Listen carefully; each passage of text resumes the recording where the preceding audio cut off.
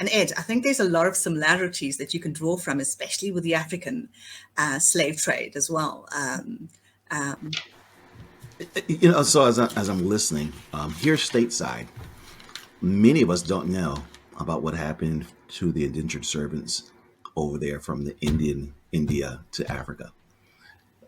So I'm listening to you and I'm doing research on your book and everything, and I'm like, wow, because there is a parallel to what happened here, and it's an unfortunate parallel. I wish it had never happened, but I'd love for you to just share a little bit more for those that don't understand what exactly happened, how it happened here stateside. Just talk a little bit about how that came to be. Sure, Ed.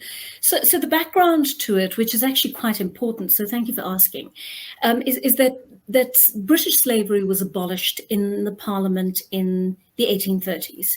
It took a little while for it to reach the various colonies and so forth, but essentially the message was there by the mid 1830s that slavery had been abolished. You cannot have slaves anymore.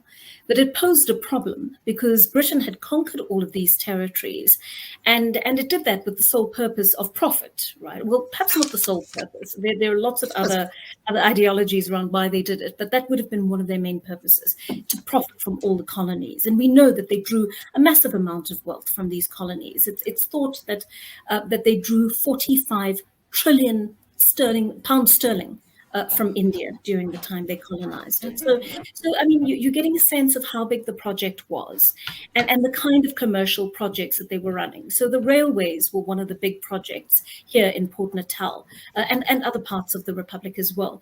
But sugarcane was the biggest one here, and so the plantations became a huge facet.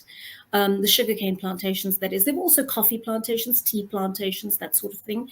There were other industries. There were also domestic industries in which indentured laborers were set to work. But essentially, those were the main industries in which they were employed. And what you could do if you were from one of the colonies